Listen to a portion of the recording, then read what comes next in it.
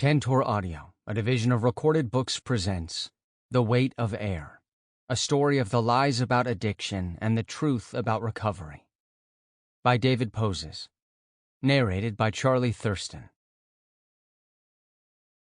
Part 1, 1995. 1. Rob was right. My plan is a fucking disaster. It made perfect sense yesterday. I'd kick here at Mom's house while she was in Florida. No distractions, no one around. Rob would have my car, so I couldn't leave. This would be different. Not like the other times I tried. And in just a few days, the whole mess would be behind me. But that was before the last hit of heroin raced out of every pore. Before the puking. Before my legs started twitching. Before all the bones in my body felt like they were disintegrating. And I know it'll only get worse. Rob warned me. When you're shooting this much dope, he said between urgent puffs on a crack pipe, you don't just decide to quit. I'll take you to the methadone clinic. Or you can do a slow taper. Or get on buprenorphine. No, I told him, I needed to do it my way. Now all I want is relief. The volume on the stereo is cranked. Johnny Rotten screams about blood and bile and bodies. I wipe vomit off my face with one of Mom's soft, fancy towels and stumble out of the bathroom and down the hall, past dozens of photographs in uniform, frameless frames. Most are of me and my brother Daniel. Our mother is in some. Our father is in none. I stop at a picture taken at a beach when I was 11 and Daniel was 8. He's smiling maniacally. I look blank, my lips pressed into a thin line. Before he left, Rob put 6 blue Klonopin on the kitchen counter. When you can't stand it another second, take 1, he said. I toss all 6 into my mouth and swallow. 1 comes up in a puddle of yellow and brown phlegm. It stays down when I chase it with ginger ale. I wait. Nothing happens. How long before I feel something? Outside, snow is falling.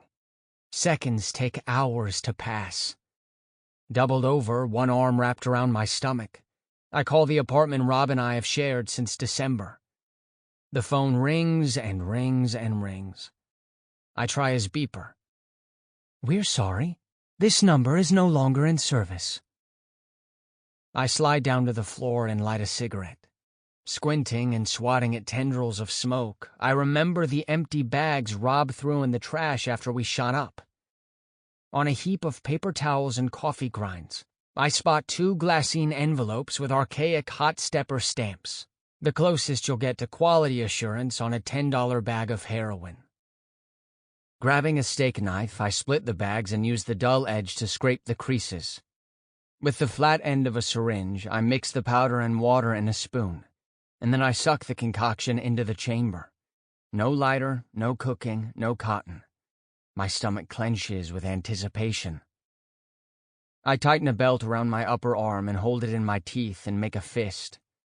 When the vein pops, I stab it with the needle and release the medicine into my bloodstream. Tension disappears from my body in less than a second. My insides begin to warm. My legs stop twitching. I can breathe again. For the moment. The countdown to withdrawal resets. I'll try again when this wears off. I can do this. For fuck's sake, if I can't get through the day without a tiny speck of powder, I don't deserve to live. Next month, I'll be 19 or I'll be nothing. I turn off the stereo and collapse on the couch. On TV, a kid hits a baseball over a fence in a Little League game, and his proud father charges onto the field. Cut to the inside of a McDonald's, where he tousles his son's hair and they enjoy a celebratory Happy Meal together. I close my eyes. Is this a dream? My father never randomly shows up here. I hear him say Mom's name. He speaks with the authority of a switchblade. Robin, wake up and smell the coffee. His voice booms from the kitchen. Your son's a dope fiend. I'm lying on my stomach on the couch. Everything hurts. When I sit up, I start to cough uncontrollably. It's dark outside. The clock on the VCR says 6:05, a.m. or p.m. A guy I've never seen before lumbers into the living room.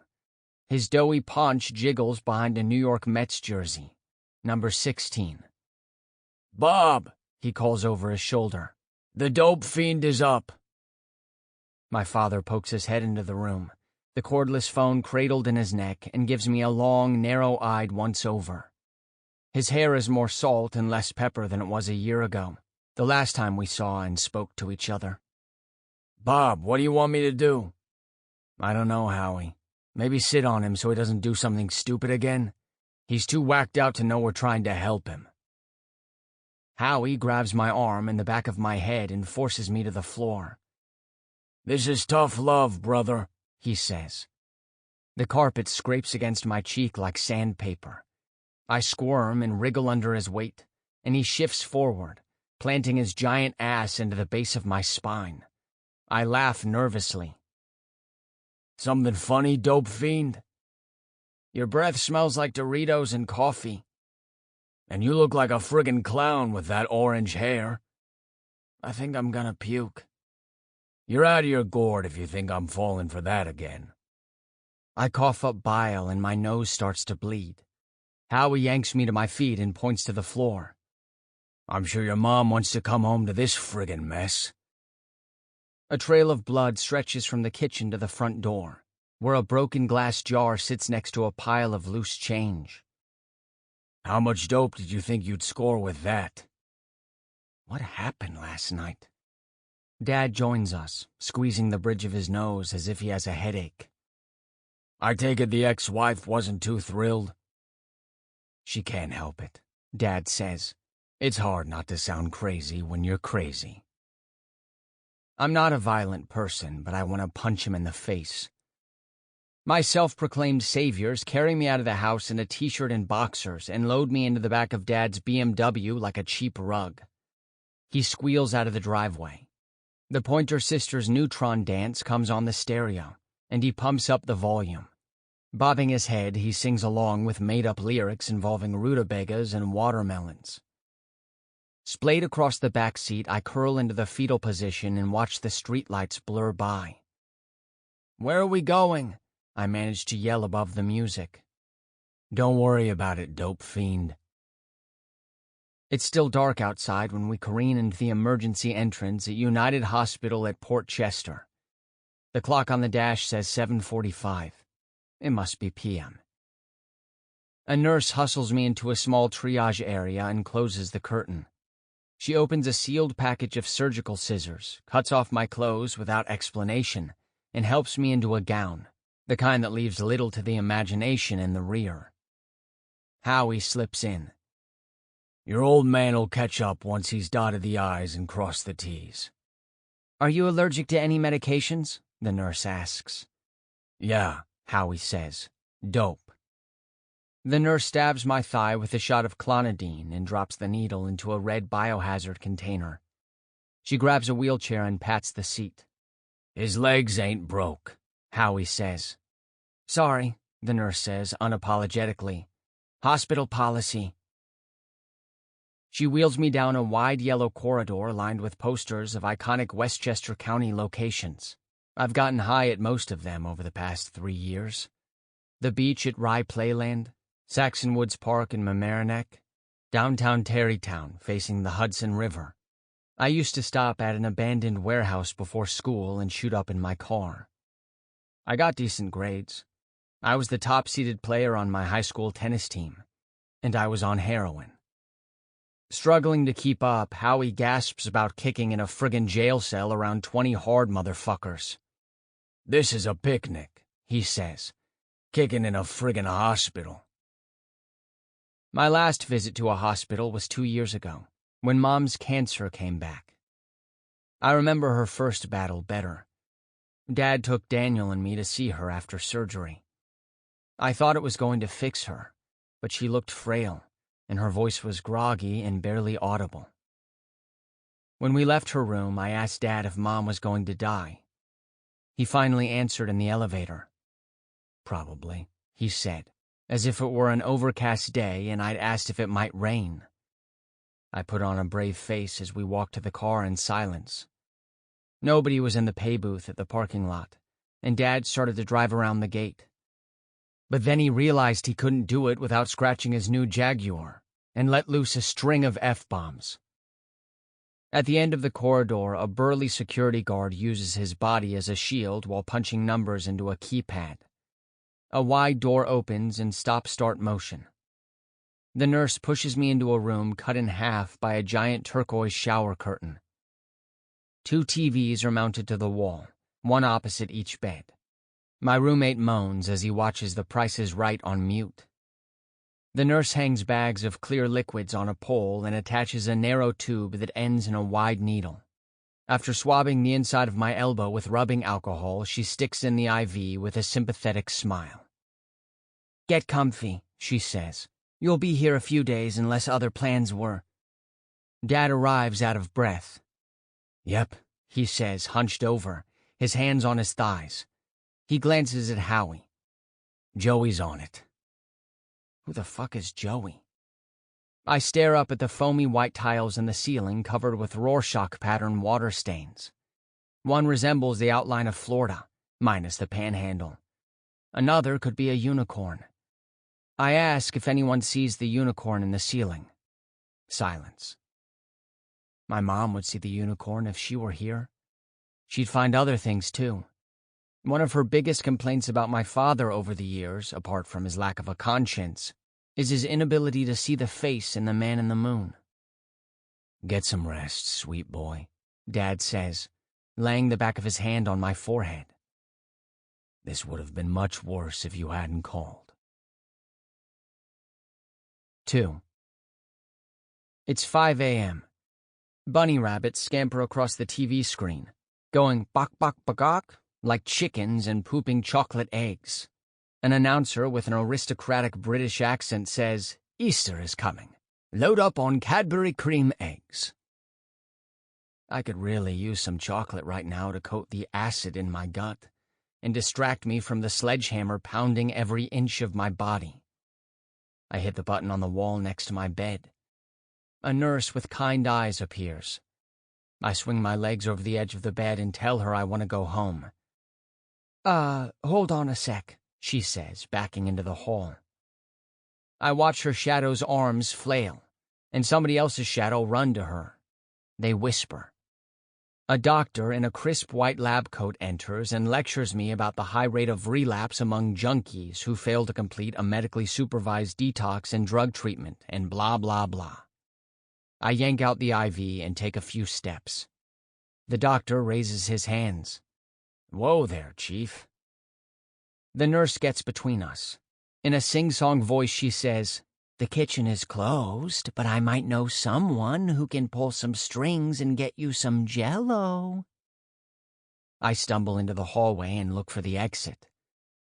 The doctor follows, running his hand along the rail on the wall, his wedding ring clanging against the steel as he asks if I understand the consequences of my decision. I nod. In the lobby, he asks the receptionist for an AMA form. He thwaps it against the wall and clicks a pen. "AMA stands for Against Medical Advice," he says. I sign without reading and go outside into the freezing cold, my bare ass exposed. Shivering by the entrance, I remember the first time I bucked medical advice. In the 7th grade, after my orthodontist broke repeated promises to remove my braces next time, I took matters into my own hands, literally. It was a bitch to pry those fuckers off with my fingers without a mirror in 5th period study hall. Not completely thorough, I made enough progress for Mom to notice. The next morning, as Dr. Berman lectured me about the permanent damage I'd caused to my enamel, he removed the remaining metal from my teeth. The sun cracks its yoke on the horizon. I go back inside and call my father, collect from a payphone. No blood in the foyer or on the carpet. No broken glass or loose change. I still don't remember what happened and don't want to ask. I muster a half-hearted thank you. "The people you really need to thank are Howie and Joey," Dad says. You wouldn't be going to Hazelden if Joey hadn't made a few calls on your behalf. He launches into a monologue about Joey's miraculous recovery from dope fiendom 20 years ago. With enough context, I realized Hazelden is a rehab, and Joey is my Aunt Jo, a hotshot lawyer who works for Sunbeam, the company that makes blenders and all kinds of other things. The front door opens. I hear Mom crying, and my heart sinks. Of course she came home early. Her face looks unfamiliar and old and puffy. No makeup, giant purple bags under her eyes, and her short brown hair, always styled to perfection, is a staticky bird's nest. I can taste her tears as she grips me in a tight hug. She lets go and hesitates before taking a seat on the couch, 2 cushions from Dad. I drop to the floor and sit across from my parents, hugging my knees, wishing I could disappear, trying to remember the last time they were together in the same room. Choked up, Mom leans forward. Why? Dad clasps his hands behind his head and closes his eyes. I take a deep breath, swallow hard, and choose my words carefully, but not necessarily honestly. Rob had some heroin. I asked to try it. When, David? I don't know. Maybe 6 months ago? Mom buries her head in her hands and sobs. Dad gets up and roars, You never held the boys accountable for anything, Robin. You've got Daniel at that boarding school because he got kicked out of every school around here. And David's in the city every night at Limelight and... How did you not know he was stoned out of his mind on drugs? My skin tightens, as if it's stuck to my bones. I want to say she didn't know I was stoned out of my mind because I wasn't. Heroin makes me feel normal. Instead, I ask, do I have to go to rehab? This whole thing happened because I decided to quit. Son, you and your mother are going to do what you're going to do, because that's what you've always done. That's not fair, Mom says. Robin, you want to bury your son? He'll be dead in a week if he doesn't go. Mom starts to cry again. I agree to go to rehab. Please, she says, promise me you'll never do, I can't even say it, that shit again. I promise, and I want so badly to mean it. 3. It's almost noon when the plane descends from a clear blue sky into Minneapolis. The wheels touch down and the passengers applaud as if the pilot did a huge favor by not crashing. In the terminal, Creedence Clearwater Revival's Heard It Through the Grapevine crackles out on an overhead speaker. I flip through my CD case. 18 discs from a collection of 3,000. Did I bring the right music to get through the next month? Mom didn't say where someone from Hazelden would meet me, only that someone would. Headphones on, I follow signs to baggage claim, listening to Neil Young. Live Rust. On the escalator, I stay to the right as harried travelers scamper by. A woman with a giant purse crashes into me and apologizes. I feel proud, smiling and waving like no big deal. Then I feel stupid. At the carousel, an older man holds a sign with my name on it. His swollen nose teems with dark veins. I wait for I Am a Child to end, and then I approach. I'm David. Hey, Dave, I'm Pete.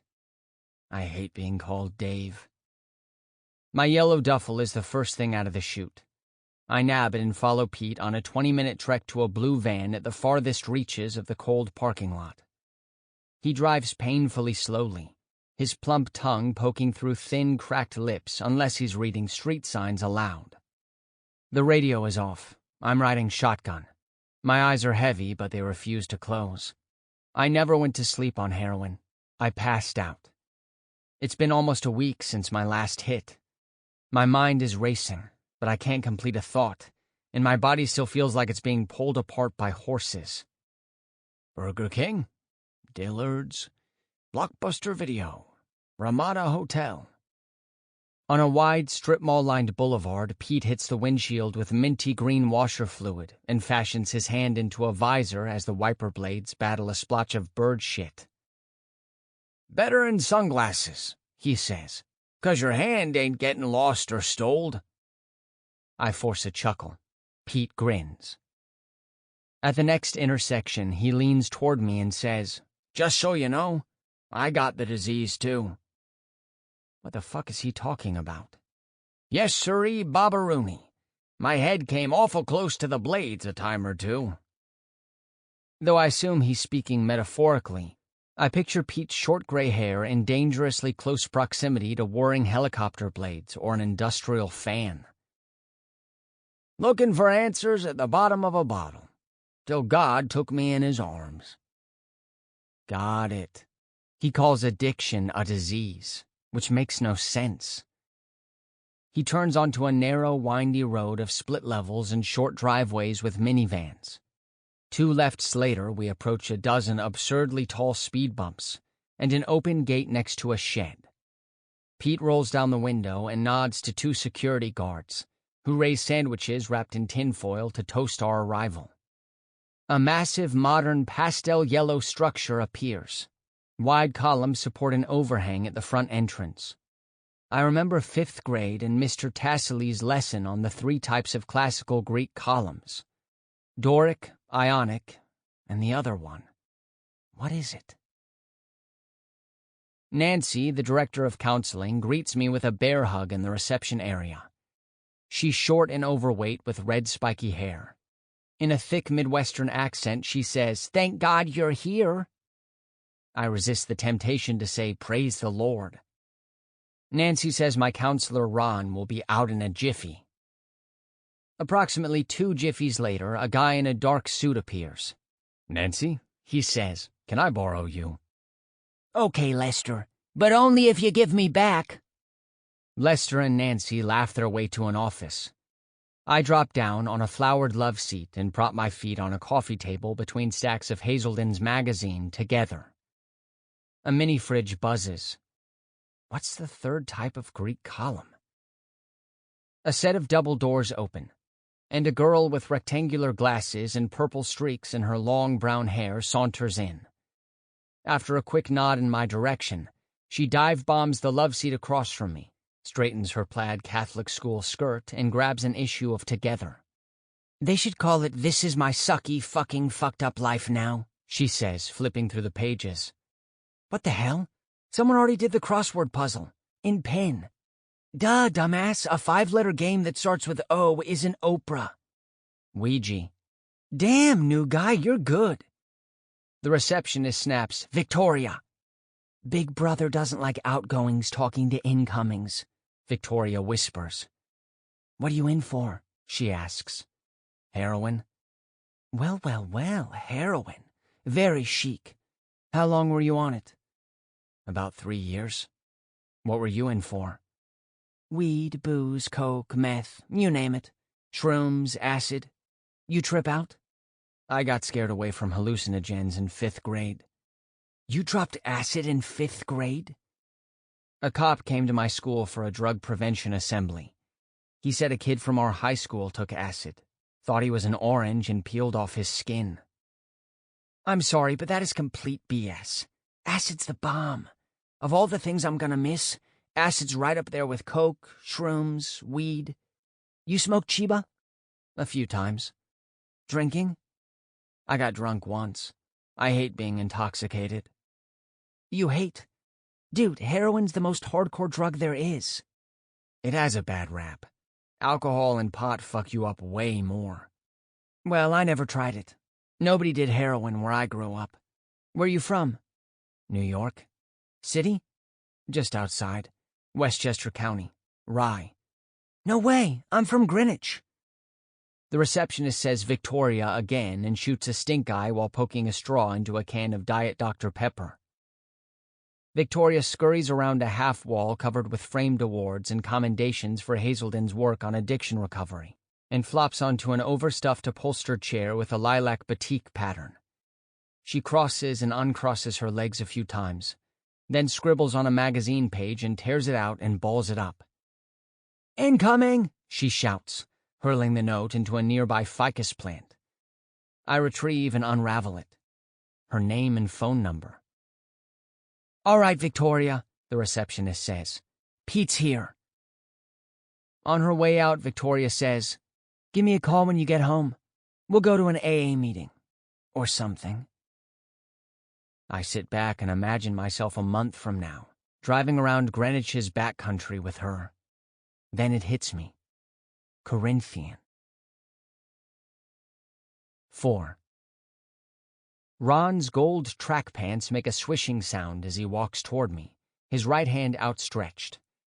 Tall and skinny with the impeccable posture my mother would love, he's probably in his late 20s.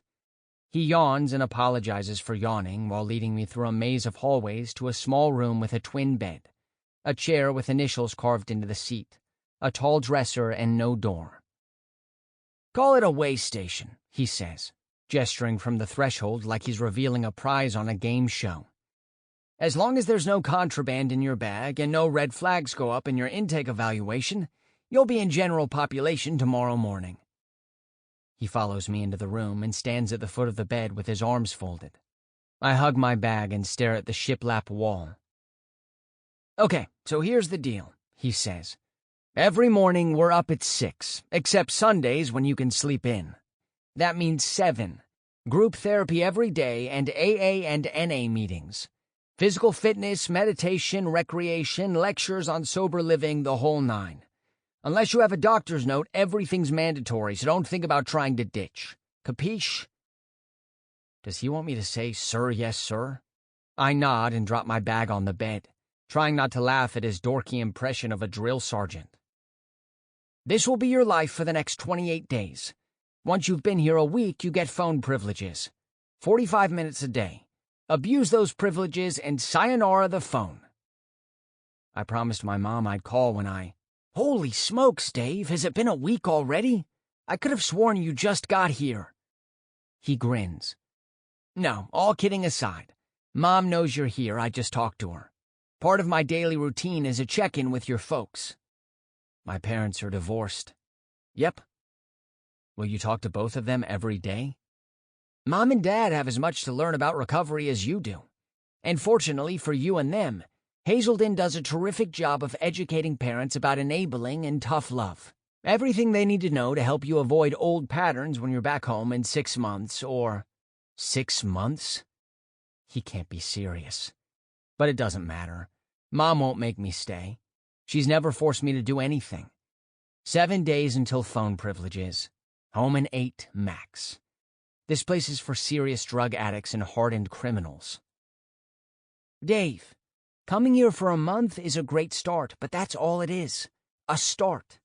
Recovery's a lifelong process. You'll want to go to aftercare when you leave here, a halfway house. We've got options all over the country. Some folks don't go home for 18 months. Some never do. All depends on how bad your disease is. Questions?" "Why do you call addiction a disease?" Ron narrows his eyes. "You being facetious?"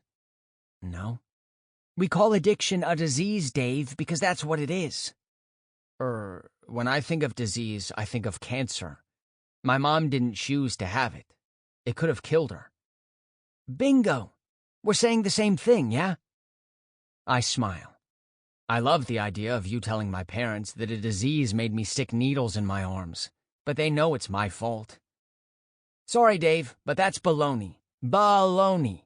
You have a disease. First step in AA is admitting we're powerless over the disease." "But if I decided to start and I decided to stop..." Ron winces and exhales hard. "Dave, you might have decided you wanted to stop, but you're here because your higher power saw you at rock bottom and said, 'Hey, look, there's Dave down there. Let me see if I can't give him a hand.'" A security guard appears in the doorway, a tall, heavy-breathing dude with a greasy blonde mullet. "Keith," he says, giving me a curt nod. He blows into a surgical glove and stuffs his sausage fingers inside, then opens the zipper on my bag. While Keith commences the perfunctory welcome to rehab inspection, Ron picks up a big blue hardcover from the dresser and opens to The 12 Steps of Alcoholics Anonymous. He reads aloud and follows the words with his finger. "Number 1. We admitted we were powerless over alcohol, that our lives had been..." Sample complete. Ready to continue?